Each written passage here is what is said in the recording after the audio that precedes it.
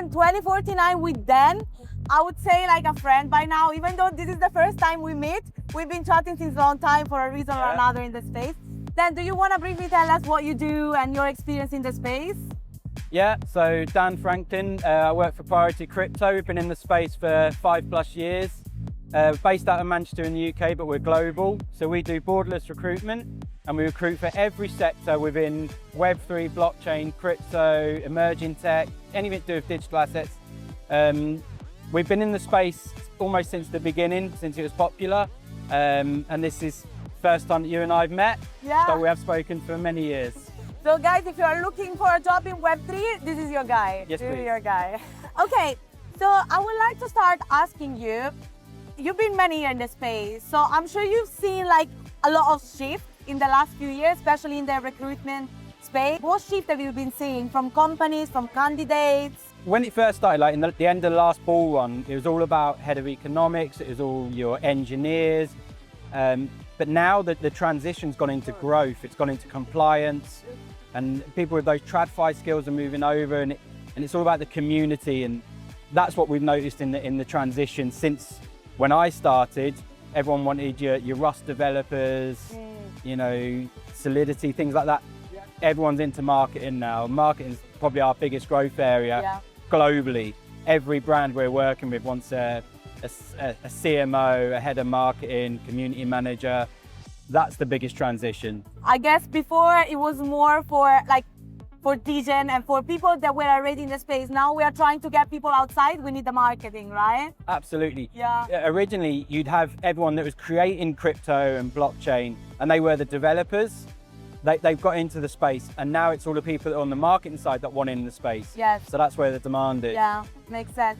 But from a salary point of view, have you been seeing a shift? Like in the last few years, it's been like a raise, it's been like less, how's it been? There was a massive peak at the end of the last bull run. Okay. So a couple of years ago, salaries were ridiculous for every type of role, especially marketing. Then it plateaued, and then it went down, and now we're on our way back up. I don't think we're going to get back to the salaries we had in the last bull run, because I think people have realised that yes, you might be on a 250k salary for a year, but the reality of seeing that salary, because you're not going to last a year, is slim. So people are being a lot more careful about the opportunities they're choosing, and they're taking on opportunities that are a lot more stable, and you're likely going to see a good salary from. The salary follow the market, right? 100%. Wow. You know, here at MetaEarth, we have our Navigator program. So we have people helping us, you know, spreading our messages, onboarding new users. And of course, they can earn from how many people they are getting, or from how many posts they are doing, also for brand awareness and managing Telegram, X. And I always advise, like, this is a little job. Like, of course, you can earn like up to $500, $600 per month. But I think this is a good way to get started in the Web3 space when you are young, when you just, you know, you never really worked in the space or you don't have much connection. And I think this is a great way. Do you have any advice for people that want to get started? Community. Join communities. Get yourself on your Discord, your Twitters, your Telegrams. Join that community and try and position yourself where you can become a community manager. Okay. That's what you want to do. Yeah. That's the best way to get in. I mean, your background, you would have done exactly the same. You would have got involved with communities and understood who MetaEarth were, who, you know, your last opportunities were. Get to know that community, join it, get your name known, and start positioning yourself as someone that's credible, that's an expert in that market, in that field, and then start positioning for a decent, well-paid positions. Yeah, my first approach with the Web3 space was literally with NFT projects and things like that, where I wouldn't get much, but still I would get something, you know. Even airdrop is a good way to earn some tokens as well. So definitely, You know, I get so many people asking me, like, how do you transit from the Web 2 to the Web 3? Because you might have a normal job in Web 2, but you have no clue of how to transit your skills into Web 3. Do you have any advice for them? Look for the transferable skills that you do have. Because what you've learned in Web 2, whether you're a cloud ops, a DevOps, that all transfers over to Web 3 really easily. The best thing probably to do is look through your CV, your experience, your history. What part of that are you really excited about that you know that can transfer over? Marketing's marketing. You know, it's just a new form of marketing when you bring it over to Web3. Yeah. Developing, coding, it's just a new form. You just maybe learn the new language. You know, you probably know Python, but you want to excel into Rust. Yeah. It's not going to be that difficult. So you just look at the transferable skills that you do have, position yourself, again, look at the communities, look at the companies. Loads of these companies are taking on from Web2 now. Loads are going to the traditional TradFi, FinTech, because they appreciate the skills that people have learned in those fields and they're bringing them over to Web3. That's what they want.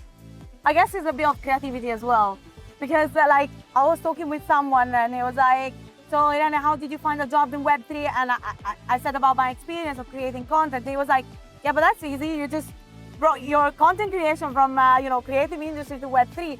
But I was like, what do you do? And he goes, well, I work in hospitality. I was like, you know how many POS companies are looking to onboard like restaurant, hotel for crypto payment? Yeah. You've been in the space for a long time. Like, it's just about like critical thinking and a bit of creativity sometimes. 100%. My background's hospitality and now I'm in crypto. So you can do it. You can do it. You just need to get in the space, get out there and start chatting with people. 100%. Many people criticize Web3 careers because they say that when you are in bull run, all good, you get the job. But when you are in the bear market, it might be that from a day to another, you lose your job. You get liquidated, basically. Yeah. What advice do you have? How can people find like a good company that you are sure like is stable both in bull and in bear market? Do your due diligence. Yeah. You know, do your research. Everyone's looking for stability now in Web3. So anyone that's looking for a new position, talk to your recruiters, talk to consultants like us, whether it's our company or one of the other competitors. We're all in it for the same reason. We want to move people into this industry because we love it. We absolutely love emerging tech, digital assets, crypto, but do your research. The consultants will know the team that they're working with and they can tell you, you know, ask things about runway. What's their runway look like? You know, are they just doing a token launch? Is it just TGE? Is it just for a marketing position just for 6 months? Is there longevity? Talk to the team that's there. Reach out to them on LinkedIn. Yeah. Reach out to them on Twitter. How is it? How long have they been there? Ask the relevant questions. Don't just go into it blind because they're offering you a big salary. Yeah. Like I said at the beginning, you might not actually see that full year's worth of salary if you're going in with that attitude. Yeah. So I guess it's always risky if you go with startup in the space. But as well, like if you get help from people like you, then I guess you do the due diligence for them. So that's the best way probably, like getting someone there. Working out their runway is really important. If they can be open and honest with you about, we've got a year's worth of runway, we're doing this, we're not doing a token generation, we're not looking for seed A, seed B. You feel pretty stable with that sort of company, you're comfortable to go work for them. So do it if it's right. Yeah, fair enough. Okay, I'll tell you a little bit about what we do and how I think our technology could be incorporated in the recruitment space. So at MetaEarth, we have our MeID, which is a decentralized identity on chain, okay? So it's like a decentralized KYC. You put your information there, your passport, your face verification, and we assign you a token ID, essentially.